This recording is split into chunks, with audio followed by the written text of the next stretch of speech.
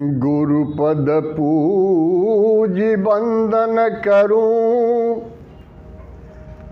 धरहु रैन दिन ध्यान। जाके कृपा कटाक्ष से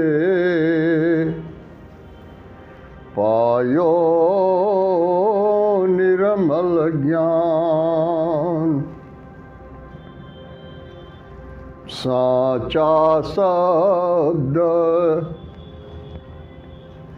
बताइया,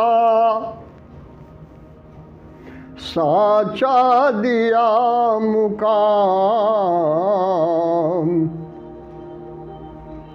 ताते बंदौ तौ चरण, साच गुरु सतनाम। साच गुरु सतनाम। बोलिए सद्गुरुदेव की जय, परमपिता परमात्मा की जय, अवतारधारी महापुरुषों की जय। आज बसंत पंचमी के पावन पर्व पर समस्त लोगों का हार्दिक अभिनंदन एवं स्वागत है। बसंत पंचमी हम क्यों मनाते हैं? मूलतः आज ही के दिन इस स्थूल सृष्टि की संरचना शुरू हुई आज के दिन से, और यह जीव चेतन आत्मा पंच भौतिक शरीर के अंदर पंच विषयों के साथ पंच कर्मेंद्र पंच ज्ञानेंद्रियों के सहित इसके अंदर प्रवेश किया और सृष्टि की संरचना शुरू हुई। संपूर्ण वातावरण में एक सुगंध फैल जाता है, सुगंध का वातावरण रहता है। आम के वृक्षों में मोजर आ जाती है, महुआ के अंदर कोच आ जाता है, चारों तरफ फूल खिल जाते हैं और एक बड़ा ही मोहक वातावरण उत्पन्न हो जाता है। इसीलिए आज के दिन को बसंत पंचमी के नाम से जाना जाता है। आज के दिन से एक महीने लगभग 10 दिन तक यह उत्सव मनाया जाता है और फाल्गुन शुक्ल पक्ष पूर्णिमा के दिन इसका समापन होता है होलिका दहन के साथ। मूल रूप में हमारे यहाँ 4 वर्ण हैं। चारों वर्ण के लिए 4 पर्व भी मनाए गए हैं। ब्राह्मण के लिए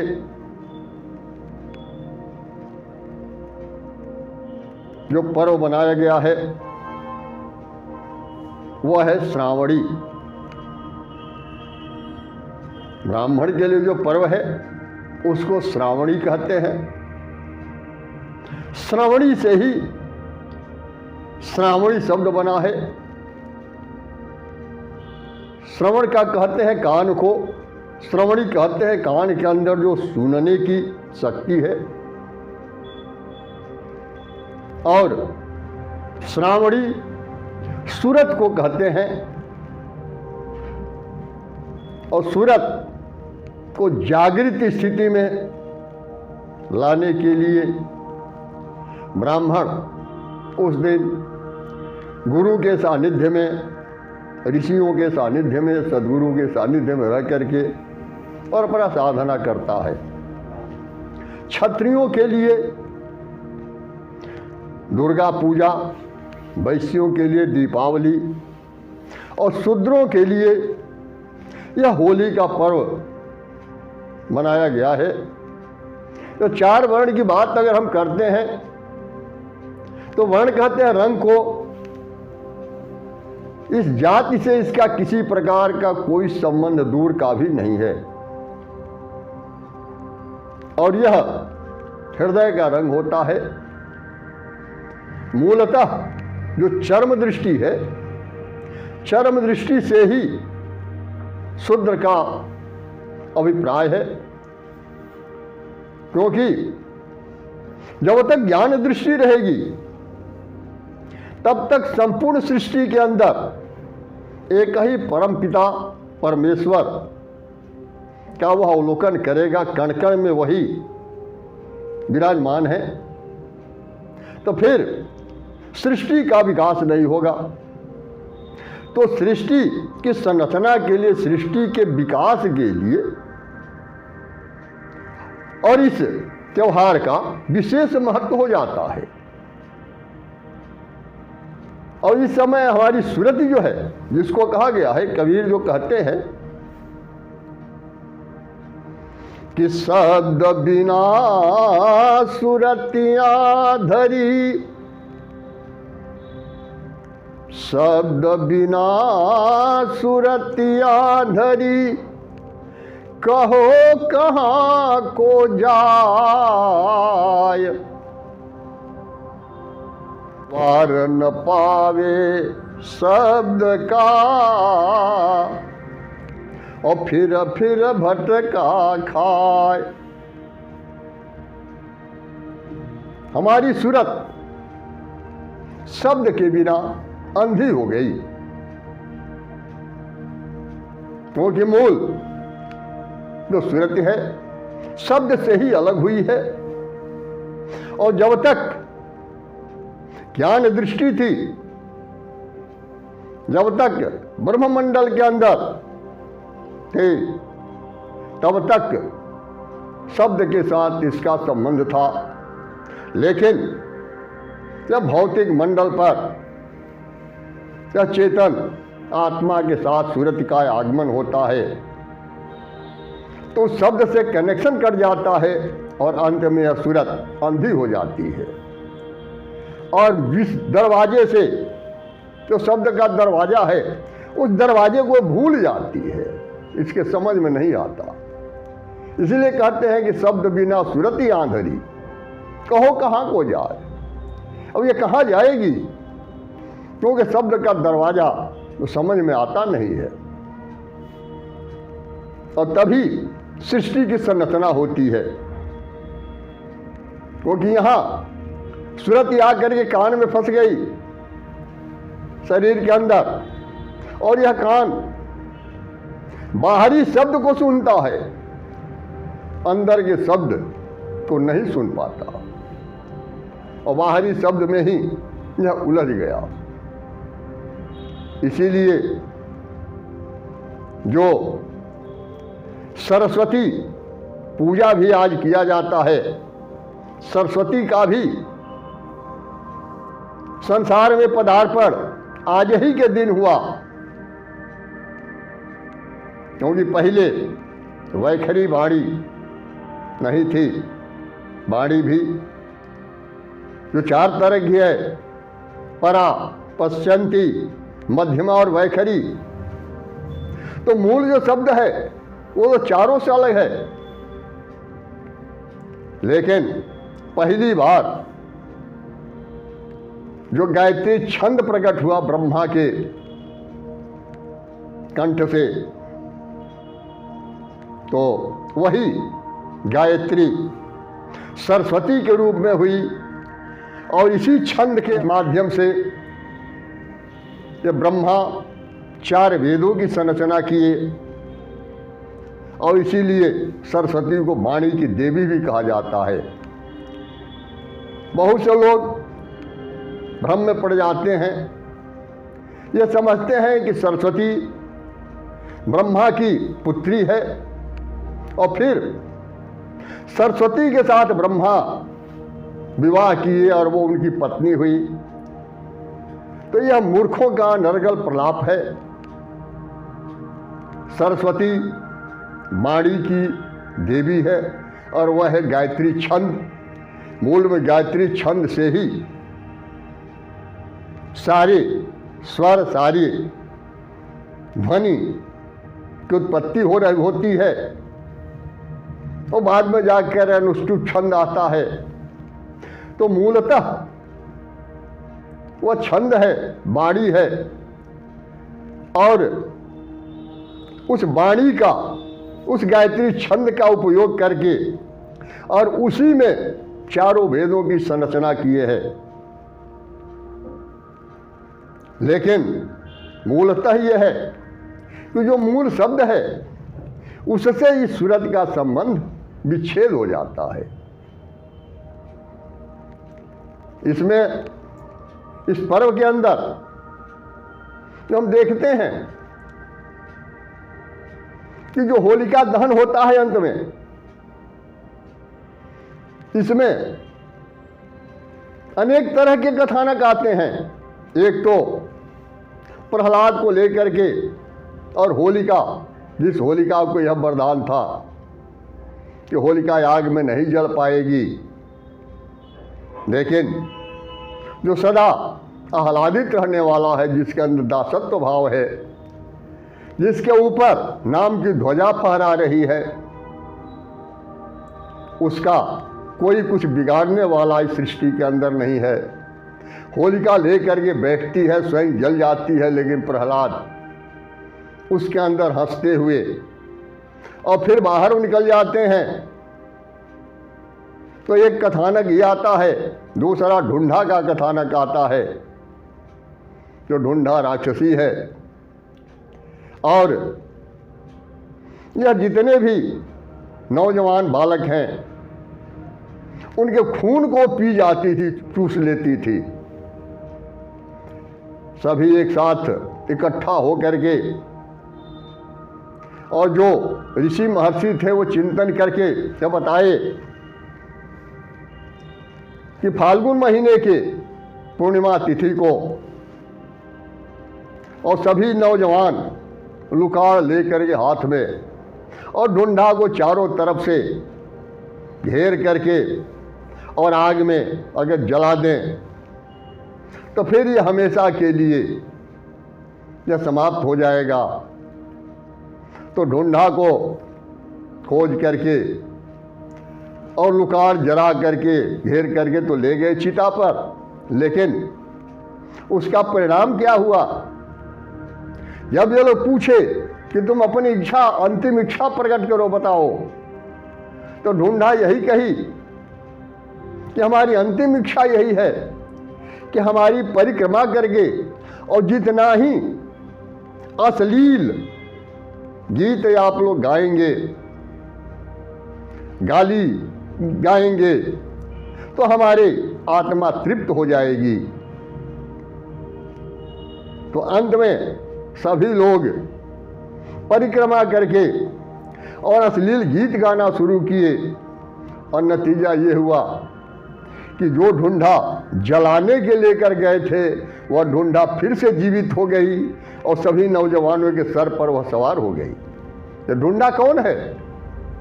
यह ढूंढा ही वासना है,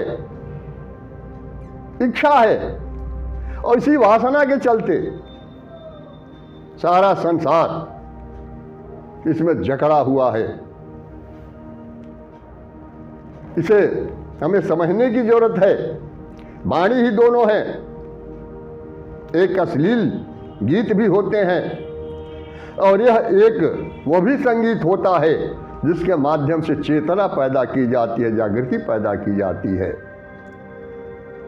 तो यह सूरत जो अंधी हो गई और अंधी होने के बाद यह फंस गई अश्लीलता में, पंच विषयों में, और पंच विषयों में फंसने का परिणाम यह हुआ कि वह स्वयं तो फंसी, जो कहते हैं सूरत फंसी इस संसार में, तासे पड़ गए दूर,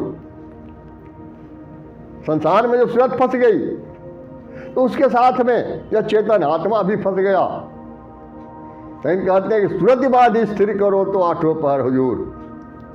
अगर इस सूरत को केंद्रित किया जाए तो हमेशा वह हजूर सदगुरु परमेश्वर हमारे साथ में है, वो हमसे अलग नहीं है। इसीलिए जो जब बसंत पंचमी से शुरू होकर के और फाल्गुन महीने की पूर्णिमा तिथि तक जो यह उत्सव मनाया जाता है, इसमें जो अश्लीलताएं देखने को मिलती है समाज के अंदर, इसमें सुधार लाने की जरूरत है। क्योंकि जब तक इसमें सुधार नहीं होगा तब तक हमारा आगे का रास्ता नहीं बन सकता और हमारी सूरज जागृत स्थिति में नहीं आ सकती। इसीलिए जो कबीर की जो वाणी है, कहते हैं कि जागरी मोरी,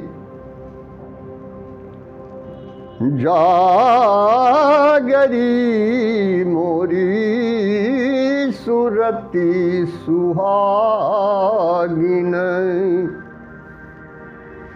जागरी मोरी सुरति सुहागिन,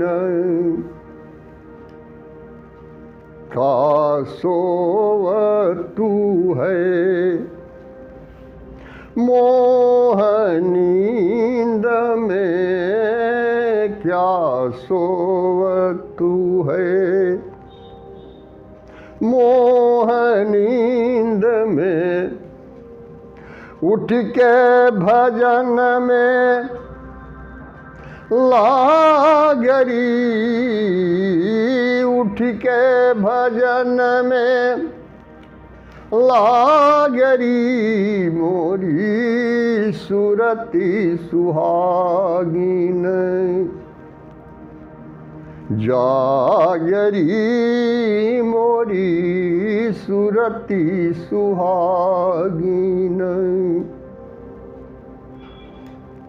कहते हैं कि मोह की निद्रा में तुम क्या सोई हो, अब तुम जग जाओ। क्या कहते हैं कि सुरति से शब्द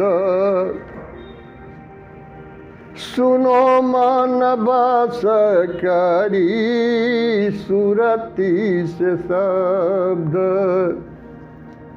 सुनो मन बस करी, उठत मधुर धुना रागरी, उठत मधुर धुना रागरी मोरी सुरति सुहागिन,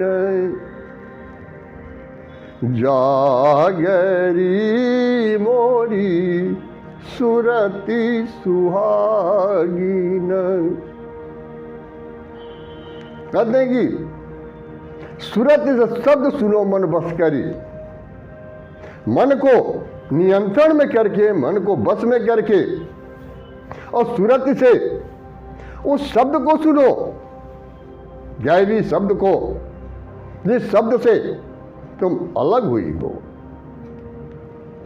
क्योंकि जब तक जब सूरज शब्द में विलीन नहीं होगी तब तक यह आत्म तत्व अपने आप को पहचान नहीं सकता। क्योंकि यहां आत्मा की मूल जो कहा जाता है, यह सूरत ही आत्मा की, जीवात्मा की पत्नी है। और आगे उसका स्पष्ट कबीरदास किए हैं। लेकिन यह सूरत है क्या?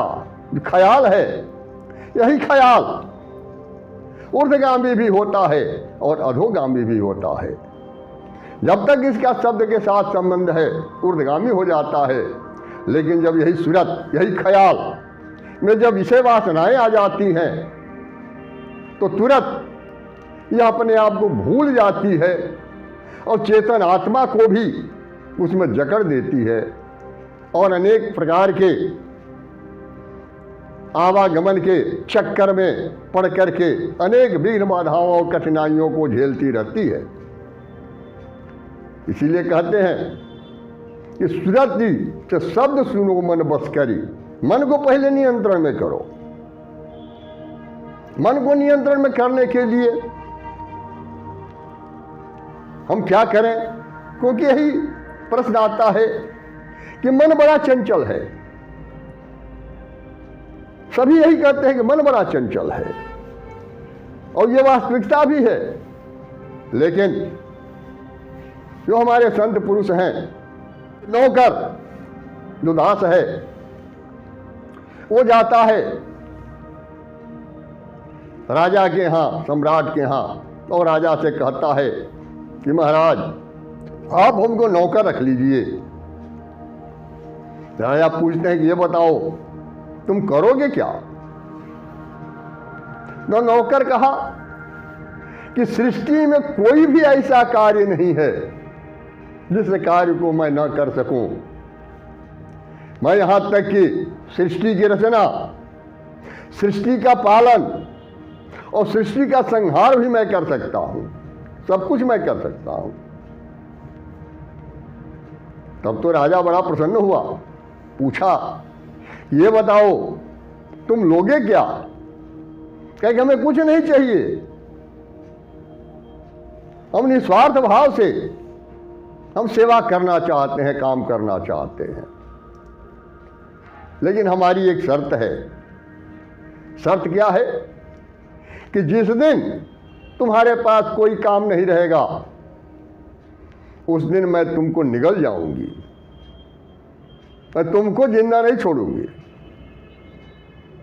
तो राजा मन में सोचने लगा कि इतना काम है, संपूर्ण सृष्टि की रचना करनी है, सृष्टि का पालन करना है, सृष्टि की देखभाल करनी है, और इतना काम है, ये काम पूरा ही नहीं होगा तो हमको खाएगा कैसे? कैसे निकल जाएगा ये? तो रखने के लिए तो रख लिए, लेकिन जिस काम के बारे में वो सोचते थे कि इस काम में इस नौकर को महीनों लगेगा, लेकिन ऐसा नौकर था कि कोई भी काम पलक झपकते में करता था। अब एक दिन ऐसा आया समय कि सम्राट के पास कोई काम नहीं रह गया था, और अब तो यह भयभीत हुआ कि आज तो निकल जाएगा हमको। लेकिन ठीक उसी समय एक संत पुरुष दिखाई दे दिए। दौड़े दौड़े गया और संत पुरुष का चरण पकड़ लिया। कहा कि हे प्रभु आप हमारी रक्षा करिए, मैं आपके शरण में आया हूं। यह तन मन धन जो कुछ भी है सब आपके चरणों में मैं समर्पित करता हूं, हमारी रक्षा कर लीजिए। कहीं चलो ठीक है। जब सब कुछ समर्पण कर दिया तो हम तुम्हारी रक्षा करेंगे। तब तो गुरु के, संत गुरु के चरणों में सब कुछ राजा समर्पित कर दिया। उसके बाद तब तक नौकर पहुंचता है और पूछता है कि भाई हमारे लिए काम बताइए, काम है क्या? तो राजा कहे कि देखो अब तुम्हारे नौकर नहीं रह गए,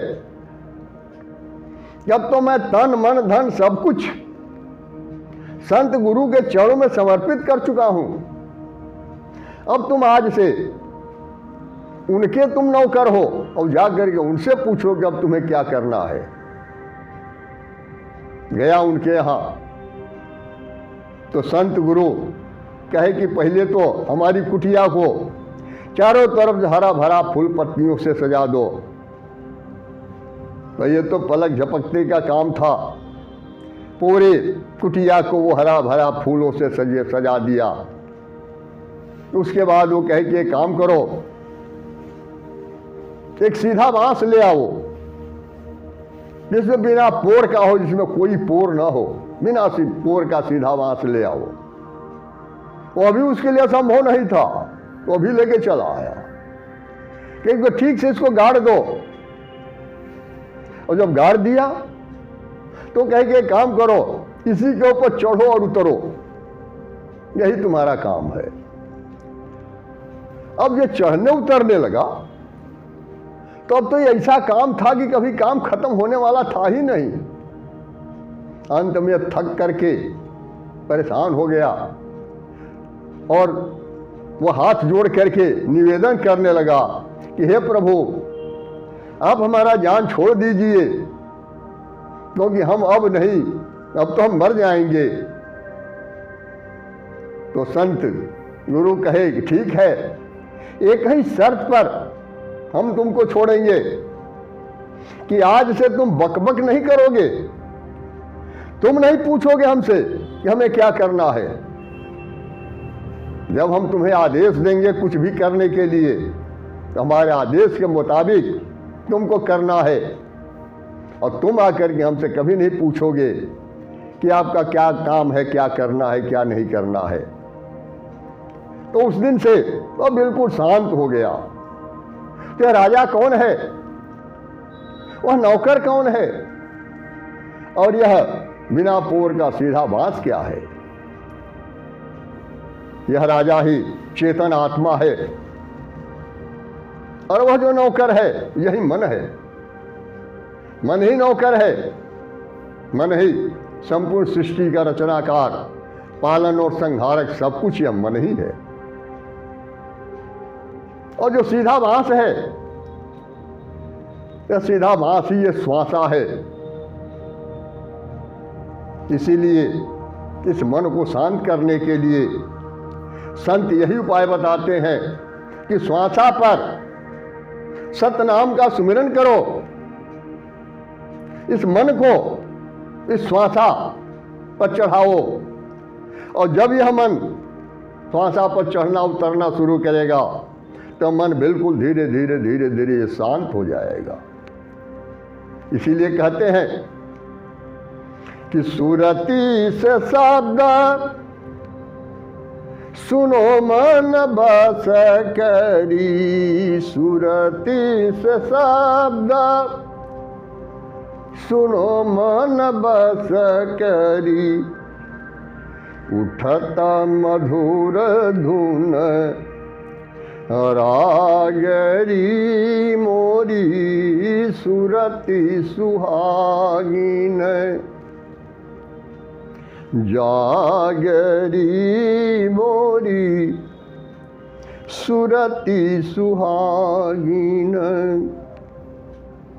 कहीं कबीर सुनो भाई साधो, कहीं कबीर, कहीं कबीर सुनो भाई साधो, जगत पीठ देई भागरी, जगत पीठ देई भागरी मोरी सुरति सुहागिन, जागरी मोरी सुरति सुहागिन।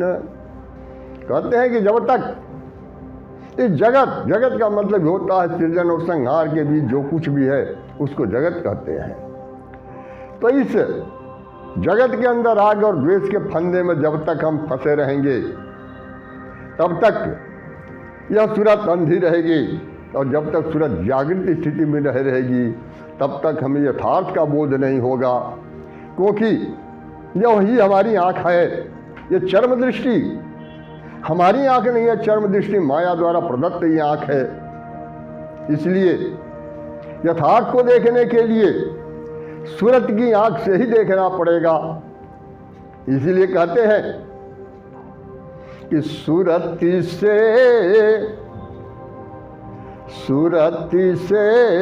देख ले वह देश, सूरति से देख ले वह देश, नहीं वहाँ चांद नहीं वहाँ सूरज, नहीं वहाँ चांद, नहीं वहाँ सूरज, नहीं अक्षर परवेश, सूरती से देखिले वह देश।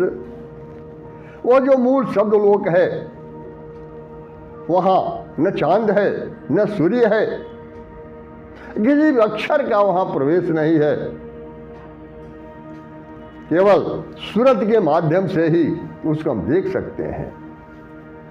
नहीं वहाँ जाप, नहीं वहाँ जपा, नहीं वहाँ जाप, नहीं वहाँ जपा, और नहीं अक्षर परवेश, सूरती से देखिले वह देश। कहीं कबीर सुनो भाई साधो, कहीं कबीर सुनो भाई साधो, गहु सद्गुरु उपदेश, सूरती से देखिले वह देश, सूरती से देखिले वह देश। कहते सूरत के माध्यम से ही तो जो मूल तत्व है उसको देखा जा सकता है, उस देश को देखा जा सकता है, उसको समझा जा सकता है। क्योंकि यह जो हमारी चरम दृष्टि है, यह संसार है, वो ठीक है, संसार के लिए वह भी अनिवार्य है, लेकिन वो समय अलग अलग होता है। तो जो 1 महीने का, 1 महीने 10 दिन का यह समय है, इसमें केवल जो अश्लीलता है, इस अश्लीलता के ऊपर हमें विचार करके और निश्चित है कि इसमें सुधार करना चाहिए, परिवर्तन करके, और हमको आत्म सुधार करके और आगे का रास्ता भी देखना चाहिए। इसीलिए हमारे यहाँ जो 4 आश्रम बनाए गए थे, गृहस्थ आश्रम भी था उसमें, लेकिन एक गृहस्थ आश्रम के अंदर जो हम करते हैं उसके परिमार्जन के लिए, सुधार के लिए हमारे यहाँ 3 आश्रम बनाए गए थे। पहला ब्रह्मचर्य आश्रम था, जिसमें पूर्ण रूप से एक बच्चे को ब्रह्म ज्ञान प्रदान कर दिया जाता था, और ब्रह्म ज्ञान प्रदान करने के बाद उसमें और परम ब्रह्म परमेश्वर में कोई भेद नहीं रह जाता था। वह बालक ये नहीं समझता था कि स्त्री और पुरुष क्या है, यह संसार क्या है, तो ब्रह्ममय हो जाता था।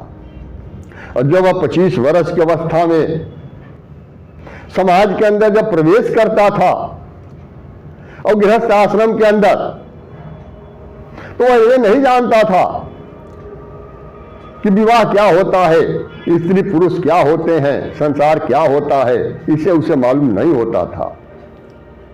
लेकिन इस संसार में उसको फंसाने के लिए ही जो परंपराएं हमारे यहाँ चलती हैं अभी भी लोकगीतों के माध्यम से, तो जो औरतें हैं वो गाली गाती हैं शादी विवाह में। तो शादी में क्यों गाली गाती हैं? इसलिए गाली गाती थी कि बालक को तो कुछ पता है नहीं, यह तो बाल ब्रह्मचारी है, एकाकार हो चुका है परम ब्रह्म परमेश्वर के साथ। लेकिन जो उसके अंदर सुषुप्तावस्था में वासनाएं हैं, उस सुषुप्तावस्था की वासनाओं को जागृत करने के लिए और औरतें गाली गाया करती थी।